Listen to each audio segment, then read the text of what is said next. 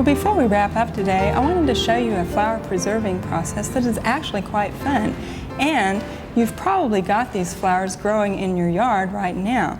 This is called candying flowers, and it's a very easy process. Now right over here I have some Johnny Jump Ups that I did earlier this year, and you'll notice how well the color and the shape of the flowers is preserved. Now these are great because you can use them to decorate cakes or use them as garnishes on the plates, and they can really spruce up your baking. And they also last a long time. Well, it's an easy process and you only need a few supplies. First of all, you need an egg white with a few drops of water in it and a new paintbrush. Be sure to get a new one because you don't want to use one that you've already used in paint, and some super fine sugar.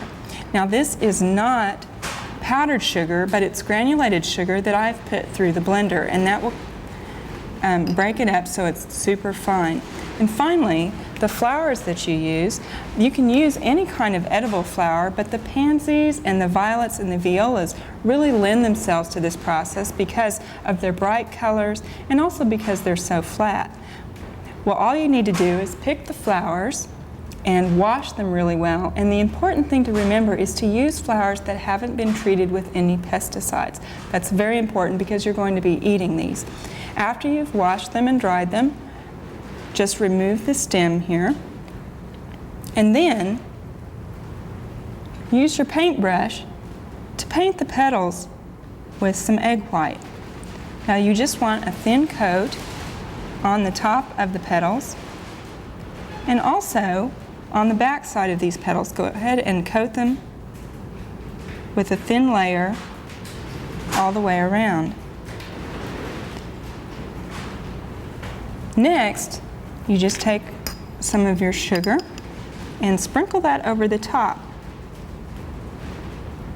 You can do this fairly heavily because you're going to shake off the excess, and then do this again on the back side.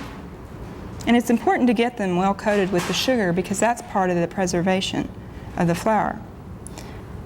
Now once you've got that, shake off the excess and then just lay those out to dry on a piece of wax paper or parchment paper.